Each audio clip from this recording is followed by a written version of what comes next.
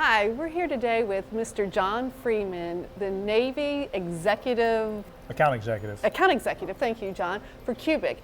And he's here to talk to us today about Operation Blended Warrior, the LVC event on the ITSIC showroom floor, and what it means from an industry perspective. So could you tell us a little bit about that, John? From industry, there's been a lot of participation. I've heard that there's over 30 different industry members or 30 different organizations participating in this event. And what does it mean from your perspective to be a part of this?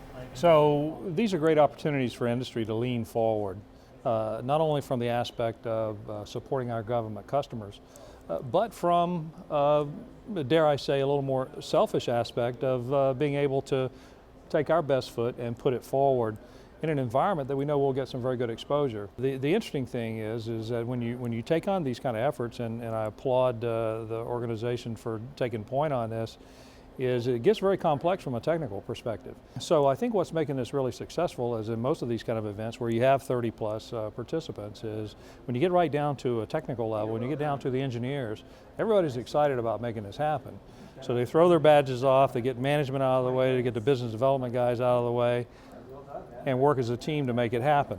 So I think that's very significant. For industry, and you're talking to a guy that's been on both sides of the fence, both on the government side and the industry side, if you're going to make an investment, and the government has to make some sort of an investment, but through appropriated funds and so forth, you're not really funded to do these kind of things, so industry has to lean forward, but they are great opportunities to invest a little bit of BD money, or invest some IRAD money, and the opportunity to bring forth some technology that perhaps has not been exposed or had the opportunity exposed is tremendous. Talk to me for a few moments about standards. I've heard other people talk about this as a great opportunity, that the different government organizations use different standards, and that this is a way to bring it all together. Are you seeing that from an industry perspective, and does that mean anything significant to you? Yeah, that's very meaningful from an industry perspective. And so let me go back a little bit in a little bit of history here, and as you can see, I have a little bit of history. There's a gray mustache and all, but so the historical perspective is that this is not the first time that we've actually demonstrated the ability to link together simulations and simulators, both live, virtual, and constructive. And at least in my world, we've been doing this for over 25 years from a technical perspective. What's different about this objective is the focus on actually documenting the process and the results and turning that into some meaningful standard that will at some point continue to move us in a direction of more plug and play.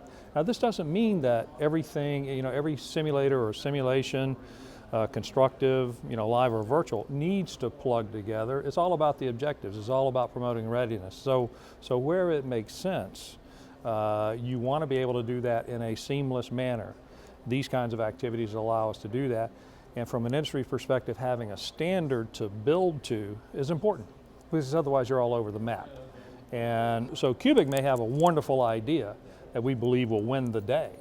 But then there are going to be dozens of other competitors that also think that as well. So if you have a standard to target, then we can focus on that structural component and put that technical best idea forward and see if it carries the day. Nice. Thank you, John. And I look forward to seeing you at ITSIC.